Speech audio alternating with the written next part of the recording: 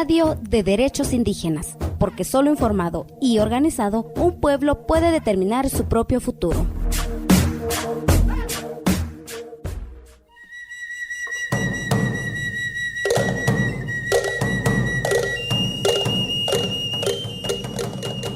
Desde hace varios años, pueblos y comunidades indígenas en el sureste de México, que comprende estados como Chiapas, Campeche, Yucatán y Quintana Roo, se enfrentan a todo tipo de megaproyectos en sus territorios.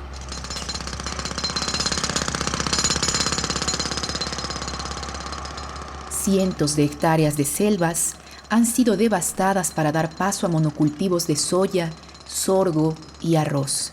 También para la instalación de megagranjas de cerdos, parques eólicos y fotovoltaicos y, recientemente, para el paso del llamado Tren Maya. En muchos casos, los pueblos y comunidades indígenas cuyos territorios ancestrales se encuentran en dicha región no fueron consultados conforme a los estándares internacionales. En otros, ha sido una constante la realización por parte del Estado de consultas amañadas que han servido para legitimar el despojo.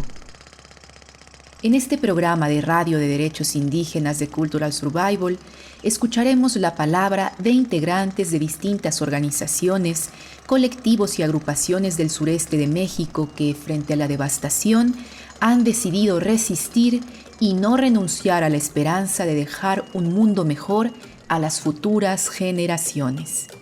Comenzamos.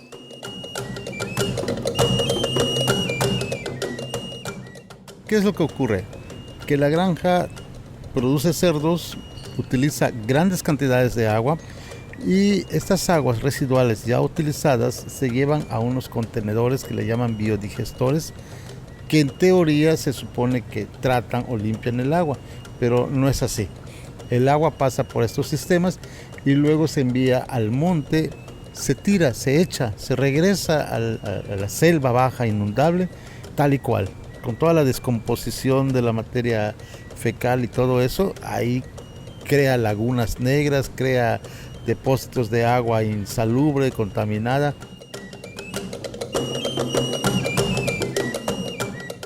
También se encuentran pues otros megaproyectos en la región que también están siendo muy importantes, como ubicarlos, ¿no? En este caso el Tren Maya, ¿no? Que digamos es un megaproyecto anunciado desde el 2019 por el gobierno federal y que bueno ha ido avanzando en algunas regiones de la península. Vemos claramente que hay un tema de corrupción, pero no sabíamos el tejimiento o hasta en este momento no sabemos el tejimiento hasta dónde llegaba y nos daba mucho temor porque era una empresa muy poderosa.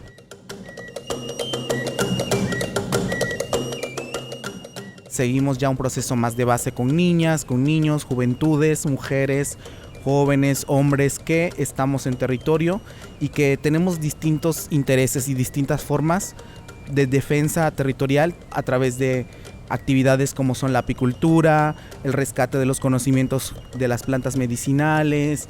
También tenemos procesos organizativos articulados a nivel península.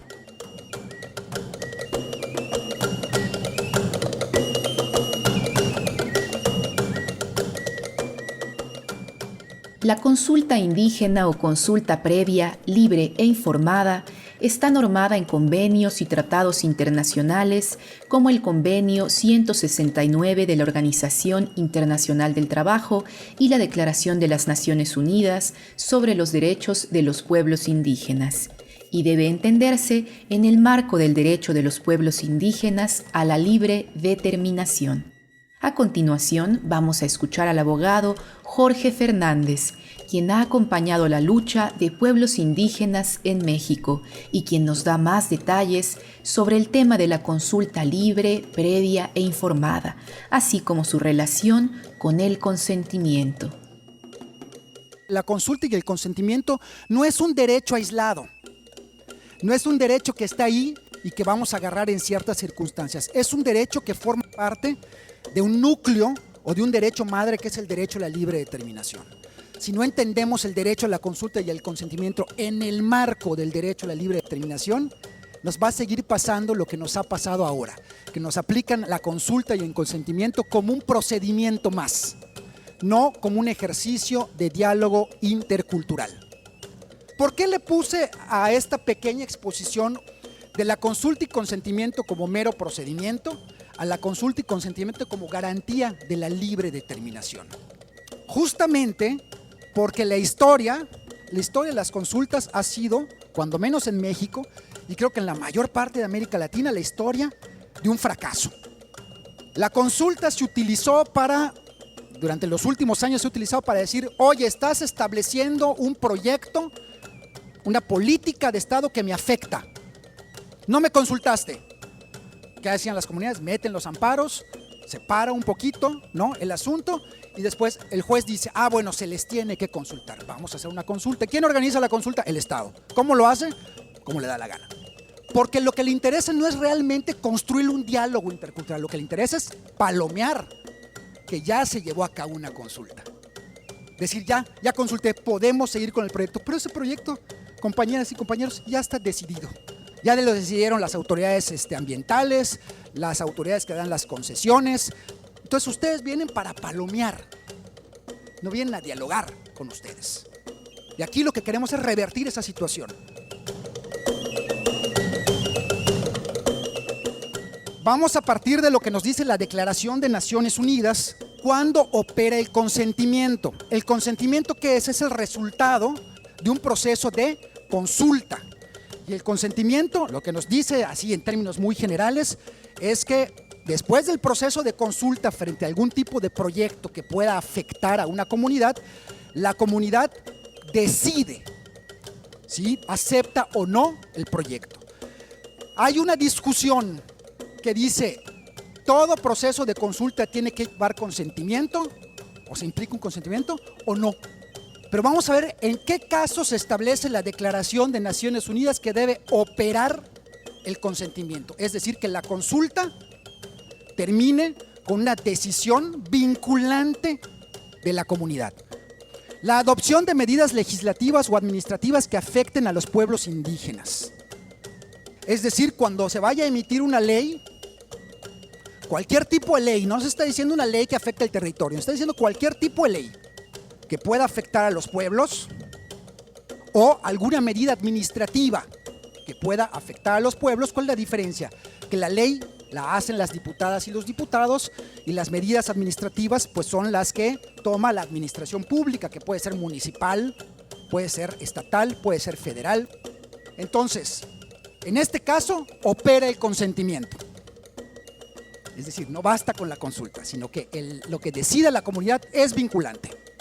Segundo supuesto que establece la Declaración de Naciones Unidas: la realización de cualquier proyecto que afecte a los derechos de los pueblos indígenas a sus tierras o territorios y otros recursos, particularmente en relación con el desarrollo, la utilización o la explotación de recursos. Dice particularmente, no exclusivamente.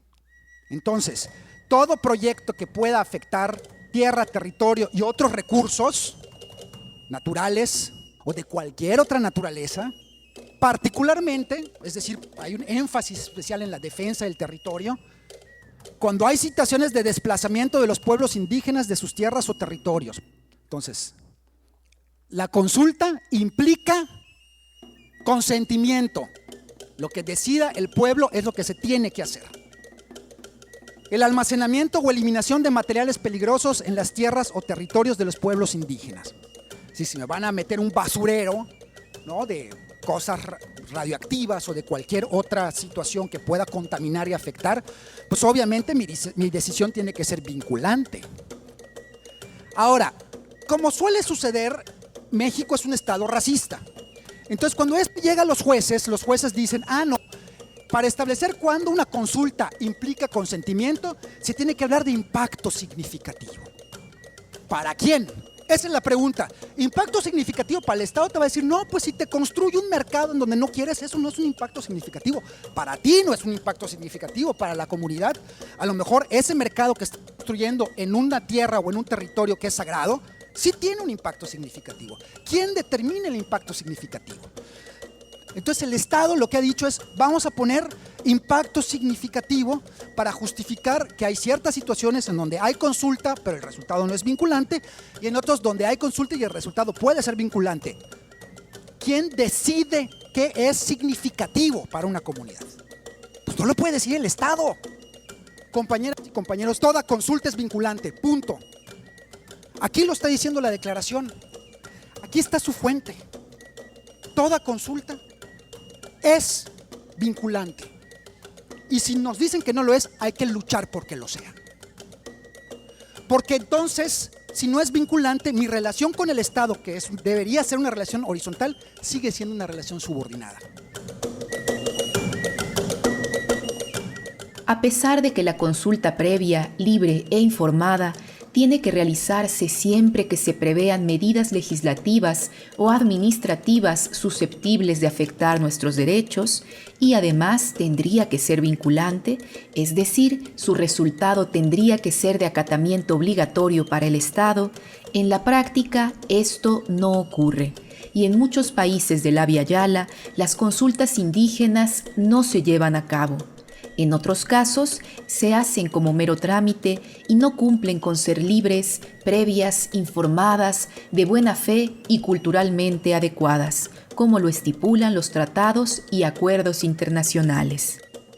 En la región de la península de Yucatán, en México, que comprende los estados de Yucatán, Campeche y Quintana Roo, la ausencia de consultas o las consultas amañadas han sido una constante desde hace varios años, lo que ha resultado en la imposición de todo tipo de megaproyectos en los territorios de los pueblos indígenas, desde granjas porcícolas y monocultivos de transgénicos hasta el Tren Maya.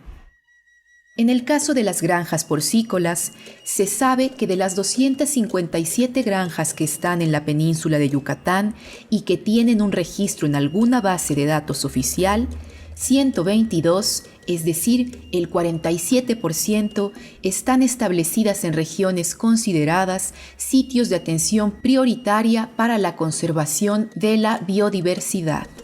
Además, está documentado que estas granjas están contaminando el agua y contribuyendo a la deforestación de la selva.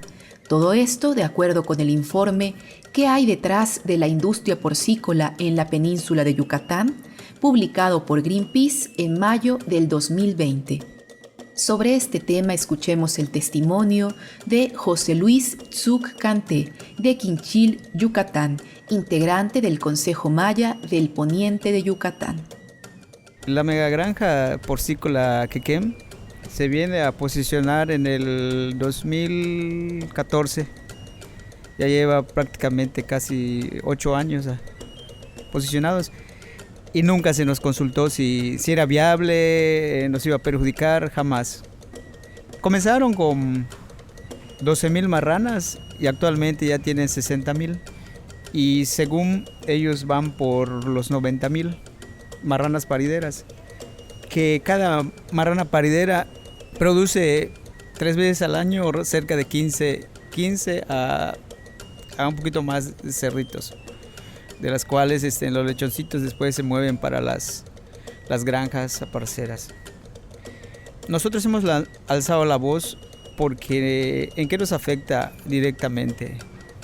Nos afecta directamente en la apicultura, porque nosotros somos apicultores. La derrama económica que genera en Quinchil, lo más fuerte que tenemos es la apicultura. Y nos vemos así como amenazados, porque ellos están contaminando el agua.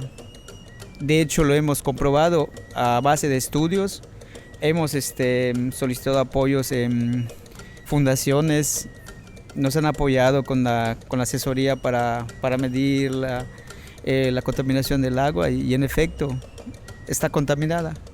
El detalle es de que las autoridades todos se hacen de oídos sordos y nosotros estamos luchando contra la corriente.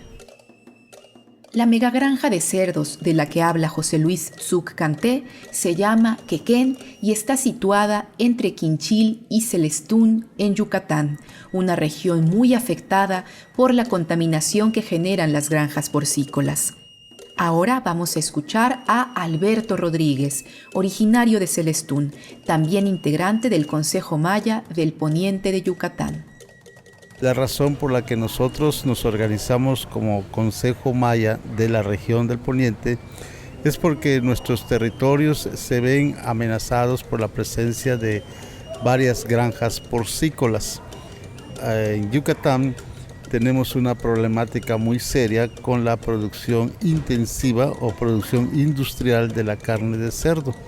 Aquí se les conoce como granjas, pero en realidad son toda una fábrica de cerdos. Producen cerdos de manera constante, de una gran cantidad de tonelaje que se maneja al año. Y esta actividad, este proceso de la producción de la carne de cerdo afecta de manera directa al manto freático que tenemos aquí en el suelo de Yucatán. ¿Qué es lo que ocurre? Que la granja produce cerdos, utiliza grandes cantidades de agua, porque en la región es muy rica en agua, el agua está casi en la superficie, y estas aguas residuales ya utilizadas se llevan a unos contenedores que le llaman biodigestores, que en teoría se supone que tratan o limpian el agua, pero no es así.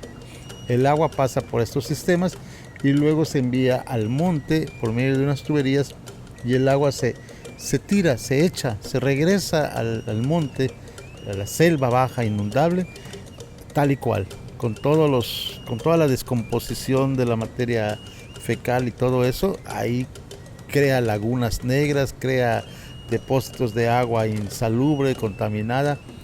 Pues todo eso se va filtrando muy lentamente al manto freático, porque hay que entender que el suelo de Yucatán es un suelo cárcico que tiene porosidad y que permite la filtración inmediata del agua de la superficie hacia el acuífero.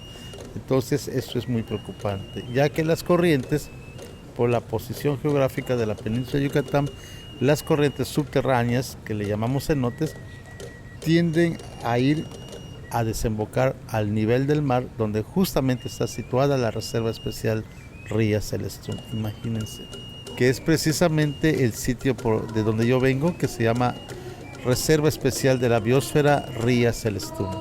Entonces es una zona importante de manglar con más de 82,000 hectáreas de superficie protegida y donde la actividad turística en los últimos 20 años se ha visto incrementado. Ahí nos llegan visitantes, tanto nacionales como extranjeros, que llegan a la península e incluyen en su recorrido turístico pues, la visita a nuestro sitio, ya que nosotros ofrecemos paseos en lancha por la ría para la observación de flora y fauna. Tenemos una especie bandera que es precisamente la especie del flamenco rosa mexicano, y Celestún es la zona más importante de alimentación para estas aves. Entonces imagínense lo que está en riesgo, ¿no? O sea, la contaminación de un estero que, entre otras cosas, es un gran, ¿cómo se puede decir? Un gran cunero o una gran zona de reproducción para muchas e infinitas especies de vidas acuáticas, camarones, cangrejos, peces, en fin, toda una vida muy importante se desarrolla en esta zona. Además de afectaciones ambientales, las granjas porcícolas y otros megaproyectos han generado diversas problemáticas sociales, entre ellas la división al interior de las comunidades. Sobre esto nos platica José Luis Tzuc Canté.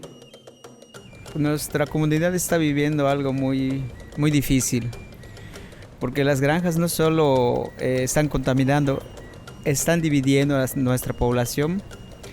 ¿En qué sentido nos divide? En que la división de los ejidos, hay ejidatarios que quieren vender, cosa que antes no se daba, porque todos pensaban de que los montes no se podían vender, y todos decían que, o sea, que tú lo trabajas, pero igual lo dejas de trabajar y otro lo puede trabajar, es de uso común.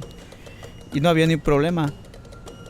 Y bueno, nosotros hemos estado resistiendo hasta no sabemos hasta cuánto más, porque estamos resistiendo ante el poder económico de las empresas. Los gobiernos nos dan a la espalda, ellos se acercan a las escuelas a dar dádivas, Entonces, prácticamente estamos luchando contra un monstruo.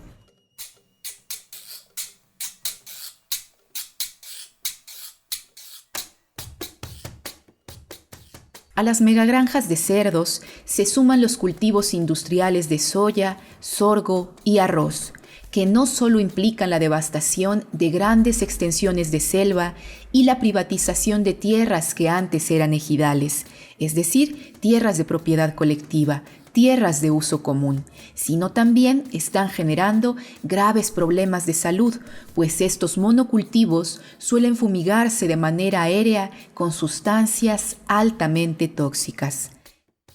Jorge Pech Pech, de la comunidad maya de Ichec, en Jopelchen, Campeche, integrante del colectivo maya de los Chenes, nos comparte su testimonio sobre este tema, así como nos habla sobre la forma en la que se están organizando y resistiendo para hacer frente a la agroindustria.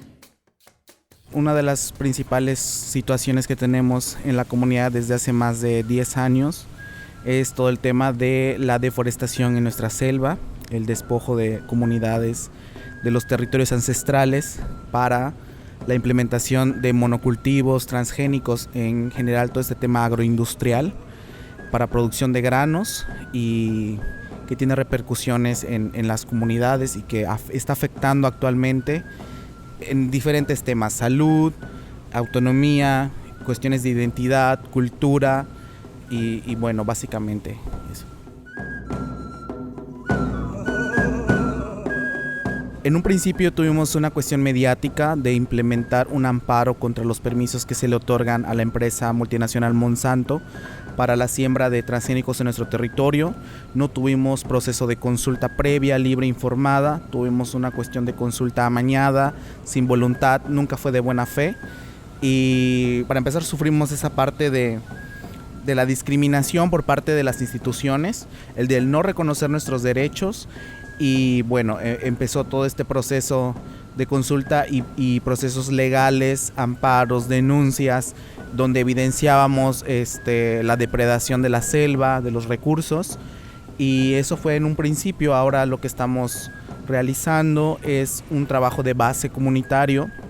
El primer momento de nuestro colectivo, el colectivo Maya de los Chenes, fue justamente este bloque de 34 comunidades que estábamos luchando contra la transnacional Monsanto, pero actualmente seguimos ya un proceso más de base con niñas, con niños, juventudes, mujeres, jóvenes, hombres que estamos en territorio y que tenemos distintos intereses y distintas formas de defensa territorial, pero a través de actividades como son la apicultura, el rescate de los conocimientos de las plantas medicinales, las propuestas de las juventudes y las niñeces para mejorar su comunidad también.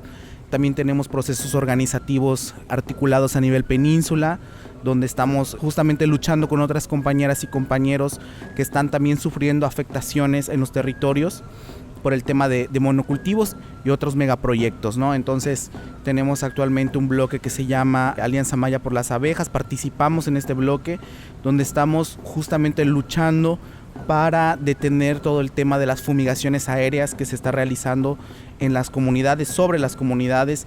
No hay un control de vuelos, no hay control de parte de los pilotos, no sabemos que no hay permisos, las pistas son clandestinas, las avionetas pasan irrigando sustancias altamente peligrosas, muchas de ellas prohibidas en otras partes del mundo. Sin embargo, en Jopelchen tiene un uso indiscriminado, es decir, no hay un respeto, no hay un control, no hay una vigilancia por parte de las autoridades.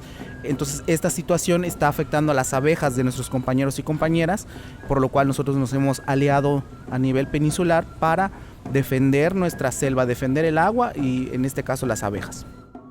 De acuerdo con el portal web Mongabey, en la actualidad Jopelchen, Campeche, municipio del que es originario Jorge Pech, a quien acabamos de escuchar, es uno de los principales productores de soya en México, y esto se relaciona directamente con la pérdida en los últimos 20 años de alrededor de 154,000 hectáreas de cobertura arbórea. Territorios que antes fueron grandes extensiones de selva, ahora están dedicados a los cultivos industriales. Pero la devastación ocasionada por la llegada de la agroindustria no se reduce a Jopelchen. En Bacalar, Quintana Roo, también en la región de la península de Yucatán, la agricultura intensiva está acabando con la selva y contaminando el agua y la tierra con pesticidas. Sobre este tema nos platica Everuk Rivero, de la comunidad de Nuevo Jerusalén en Bacalar, Quintana Roo, integrante del colectivo de semillas Mochcanán y Naj, y quien además en su intervención nos conecta con otra grave amenaza para la región, el megaproyecto llamado Tren Maya. Pues ha sido muy complejo la situación. Este año ha sido muy difícil en el sentido de que la agroindustria en nuestras comunidades ha avanzado, ¿no? Y esto se debe a que las ventas de las tierras también han continuado y en buena medida ha sido porque también las instancias del Estado han contribuido para que eso ocurra, ¿no? La Procuraduría Agraria ha sido un actor principal, ¿no? Donde ha facilitado las condiciones para que esto continúe ocurriendo, a pesar de que existe una limitación para que se dé de manera tan sencilla, pues por la misma ley agraria, ¿no? que obliga, ¿no? a que se tengan que celebrar asambleas para poder acordar, ¿no? ese tipo de cosas. Sin embargo, esto ha sido como omisa, ¿no? en algunos casos la Procuraduría Agraria, y pues de alguna forma eso ha continuado con el avance de la venta de tierras y con ello pues también el crecimiento también de la agroindustria. Y bueno, frente a eso también se encuentran pues otros megaproyectos en la región que también están siendo muy importantes, como ubicarlos, ¿no?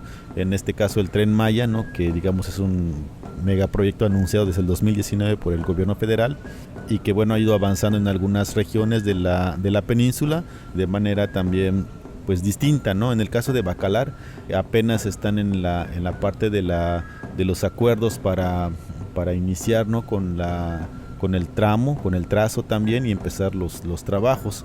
Ha sido también un proceso muy difícil porque no ha habido información adecuada. El proceso de consulta que se celebró en 2019 pues fue un proceso también muy amañado, muy a modo, donde quienes participaron fueron algunas autoridades también nombradas por el gobierno municipal, ¿no?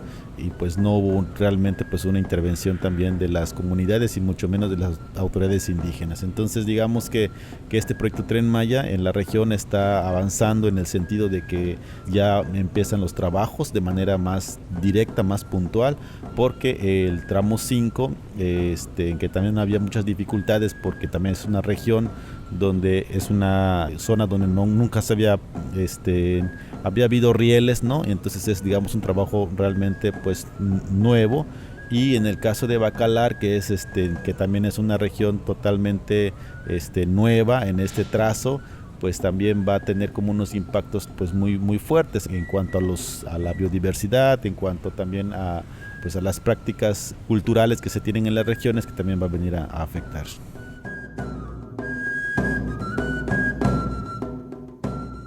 El Tren Maya es un megaproyecto que implica la construcción de 1.500 kilómetros de vías férreas que atravesarán 5 estados del sureste mexicano: Chiapas, Campeche, Tabasco, Yucatán y Quintana Roo. Se trata de un megaproyecto que ha sido anunciado como prioritario por el gobierno en turno y declarado como una obra de seguridad nacional. Como acabamos de escuchar en voz de Everuk, para la implementación del Tren Maya se realizaron consultas amañadas. Además, se han documentado irregularidades, violaciones a los derechos humanos y criminalización de líderes comunitarios. En un comunicado dado a conocer el 7 de diciembre del 2022, 9 relatores especiales y un grupo de trabajo de derechos humanos de la ONU advierten que el Tren Maya podría poner en peligro los derechos de los pueblos indígenas y otras comunidades a la tierra y los recursos naturales, los derechos culturales y el derecho a un medio ambiente sano y sostenible. Asimismo, mencionan que los defensores de los derechos humanos que han evidenciado los impactos negativos del proyecto enfrentan amenazas y ataques. A continuación, vamos a escuchar a María Elena Hernández, del ejido Don Samuel en Escárcega, Campeche, integrante de la Unión de Ejidos en Defensa del Territorio Maya. Ella nos platica sobre la organización en la que participa y denuncia la criminalización de autoridades ejidales por parte de instancias del gobierno federal y la empresa encargada de hacer la liberación de vías en los tramos 1 y 2 del Tren Maya. La unión nace de una necesidad de defensa de las autoridades ejidales porque fueron criminalizadas por el gobierno federal, instancias del gobierno federal y la propia empresa encargada de liberar las vías en el tramo 1 y 2. Entonces la empresa realiza un fraude, le quitan la mayor parte de los recursos a los comisarios ejidales y después desde instancias de la Procuraduría Agraria son llamados y ahí les dicen que van a presentar a sus asambleas los montos verdaderos, diciéndoles que a ellos les habían entregado el dinero. Las autoridades se preocupan, pues ya ellos sabían que les habían quitado el dinero, pero no sabían, aunque algunos ya habían buscado abogados, pues se sentían solas y solos, no sabían lo que había sucedido en otros lugares. En ese momento mi mamá era comisaria de ejidal y yo había llevado parte del proceso con ella, donde ya también estábamos buscando apoyo de abogadas y abogados para hacer la denuncia, pero no encontrábamos abogados y abogados de confianza en el estado de Campeche. Es ahí el 2 de febrero del 2021 que nosotros logramos identificar en la misma instancia la preocupación de varios comisariados, varios de ellos vecinos, y empezamos a hacer un caminamiento específicamente hacia ellos. Muchos no quisieron hablar, tenían temor y queríamos saber qué había sucedido. Bueno, resumimos que fue el mismo modus operandi de la empresa. Se presentó alguien de forma amable, pero también hay un engaño, manipulación, presentación de armas, gente desconocida, acento de la Ciudad de México, ¿no? Y ellos conocían los domicilios. Entonces vemos claramente que hay un tema de corrupción, pero no sabíamos el tejimiento, o hasta en este momento no sabemos el tejimiento hasta dónde llegaba, y nos daba mucho temor porque era una empresa muy poderosa. Entonces lo que empezamos a hacer es ir yendo a todas las comunidades e ir platicando con los comisariados, ¿no? Llegamos al punto en que se tenían que presentar denuncias, pero todos juntos, para que no se viera visibilización de una sola persona, un solo comisario, una sola comisaria. Y en estos 10 ejidos, la única comisaria mujer era mi mamá. La primera comisaria en el ejido, elegida por asamblea, donde la mayoría son hombres, y del estado de Campeche deben de ser de las muy pocas comisarias ejidales, entre 3, 4, no sé, no tenemos el dato exacto. Entonces empezamos a buscar apoyo y el primer lugar al que llegamos, caminamos aquí en Mérida y nos refirieron a Jorge Fernández. Ya platicamos con Jorge y él dijo, pues voy como abogado, Indignación va como abogado, sí, vamos a entrarle. Y ahí empezamos el tejimiento con otras organizaciones de la península, las más cercanas eran el CRIPS y Serapaz. Desde ese momento ha estado al lado de nosotros como hasta la fecha. Y nos fortalecemos para hacer las denuncias y cada comisario presenta su denuncia agraria o penal y hacemos inmediatamente las denuncias públicas con ruedas de prensa. Entonces eso da una visibilización más allá y a la semana ya estaba el gobierno federal. Reconoce el gobierno federal el fraude dentro de las asambleas, pero pues hace una estrategia de rompimiento que ya venían haciendo desde el 2018 con la extracción de información de todas las comunidades, y pensamos que fueron todas las comunidades de la península, aunque no tenemos pruebas, al menos en 10 sí. Y nos mantenemos y pues ahí elegimos el nombre entre todos. Bueno, ¿cómo nos vamos a llamar, no?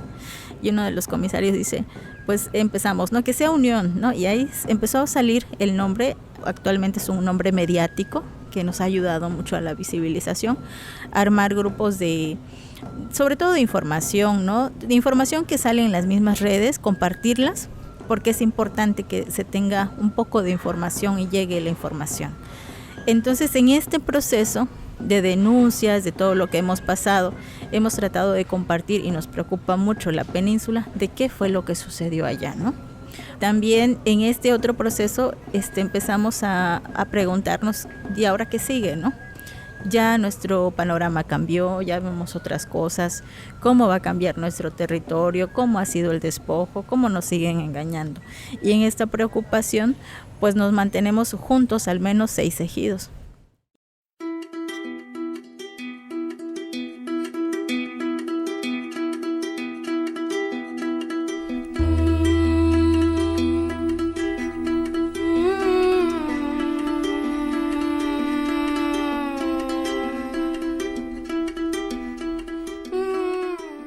Frente a las megagranjas de cerdos, los cultivos industriales, los parques eólicos y el Tren Maya, pueblos y comunidades indígenas, ejidatarios, campesinos, grupos de apicultores y colectivos de jóvenes se han unido y han conformado distintas organizaciones para resistir y luchar contra las amenazas que hay en sus territorios. Jorge Pechpech, de Jopelchen, Campeche, nos platicó, por ejemplo, del Colectivo Maya de los Chenes, una organización que actualmente agrupa a 25 comunidades que están en lucha contra la agroindustria. También escuchamos a José Luis Tzuc, del Consejo Maya del Poniente de Yucatán, quienes están luchando contra las megagranjas de cerdos. Ahora vamos a conocer el trabajo de la Asamblea de Defensores del Territorio Maya Muuch Ximbal, organización nacida en el año 2018. Escucharemos a uno de sus integrantes, Russell de Jesús Peba Ocampo.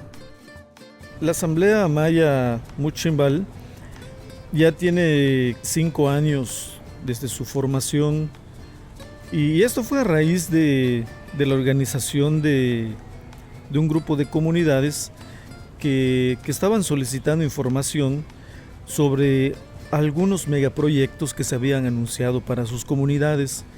Uno de las personas que estuvimos al frente en la convocatoria de esto, pues el compañero Pedro, un servidor, y otras personas que de alguna manera hacíamos un trabajo de concientización social en los pueblos y en las comunidades. No como asamblea, eso era sin organización. Visitábamos los pueblos, platicamos con la gente, de repente les dábamos un curso de derecho, un curso sobre cuestiones de democracia, sobre cuestiones de partidos políticos. Y bueno, a raíz de que se anuncia pues una serie de megaproyectos para la península, sobre todo parques eólicos, parques solares y también el incremento en las granjas porcícolas. Entonces, en las redes sociales siempre planteábamos el tema acerca de estas cuestiones, y en alguna ocasión pues nos iban pidiendo información, y es así como nos damos cuenta que era ya una preocupación en muchas comunidades de toda la península. Entonces, después de haber realizado una plática en las redes sociales, que se difundió en las redes sociales, pues fueron llegando muchos comentarios en esa plática, y alguien nos decía, nos invitaban a las comunidades, y obviamente pues eran demasiadas comunidades y no podíamos hacer una serie de visitas, ¿no? Porque pues era demasiado el requerimiento de los pueblos. Entonces decidimos que era más factible hacer una convocatoria a todas las comunidades, y un grupo de amigos, de compañeros, investigadores del Cinvestab de aquí de Mérida, pues nos dijeron, bueno, pues si ustedes van a convocar, pues nos unimos a ustedes y les prestamos un local y damos la comida para la gente que llegue. Y es así como convocamos a unas como a 25, 30 comunidades, 13 de enero del 2018. Entonces, la gente vino, la gente llegó, platicamos, nos conocimos ya, algunos ya los conocíamos, reafirmamos nuestro compromiso de seguir caminando en este horizonte, y al final del día la gente plantea una pregunta. Bueno, ya nos conocimos, ya sabemos cuáles son los problemas que tenemos en las comunidades, ¿y ahora qué sigue? Y la propuesta fue, bueno, pues vamos a hacer una asamblea de pueblos, de los pueblos que estamos aquí, y esto nos va a mantener una comunicación directa entre nosotros.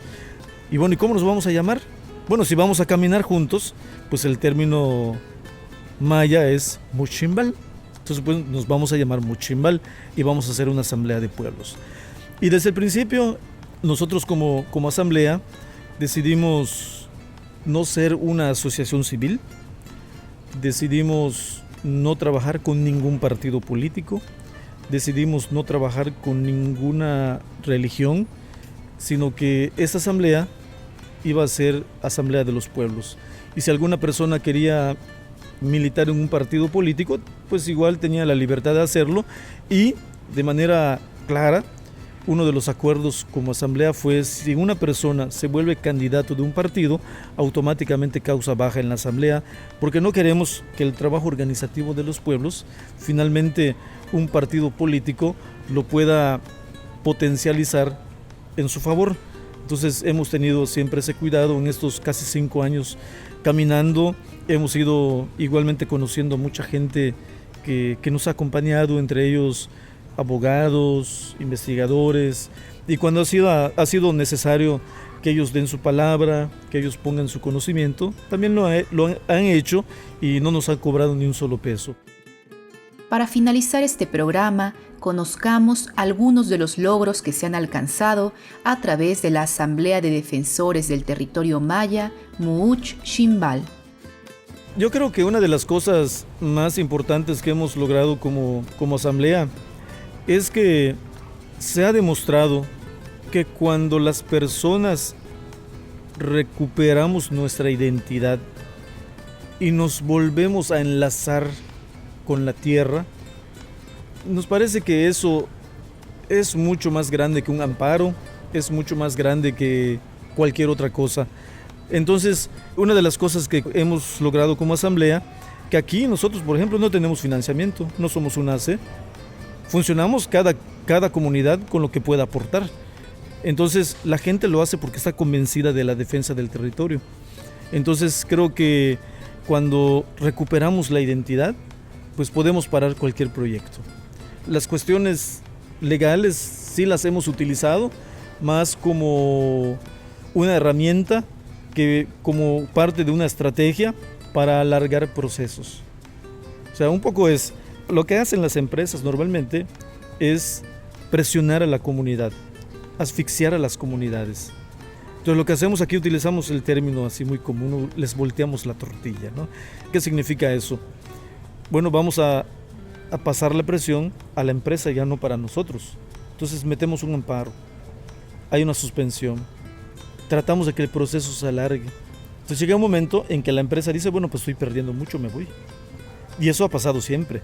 Pasó en San José Tibqué, la empresa se retiró, le metimos una demanda junto con los compañeros de San José, y se fue alargando el amparo, se fue alargando la audiencia, hasta que finalmente la empresa dijo, bueno, pues yo ya no puedo más porque estoy haciendo una inversión muy grande y ya no puedo, me retiro de la comunidad. Y así en Sinanche igual se paró un parque eólico allá, en Ixil también un parque eólico, ¿no? Entonces me parece que cuando la gente asume su identidad, asume su defensa. Yo creo que eso es lo más que hemos logrado como Asamblea de Pueblos.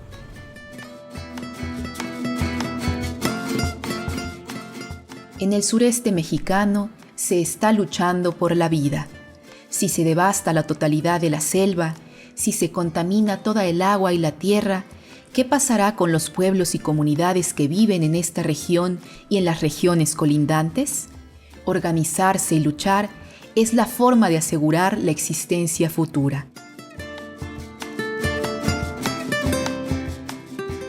Las reflexiones y entrevistas que escuchamos a lo largo de este programa fueron grabadas durante el encuentro para el análisis e intercambio de experiencias sobre consentimiento libre, previo e informado con organizaciones y comunidades indígenas del sureste de México, realizado en Mérida, Yucatán, en diciembre del 2022.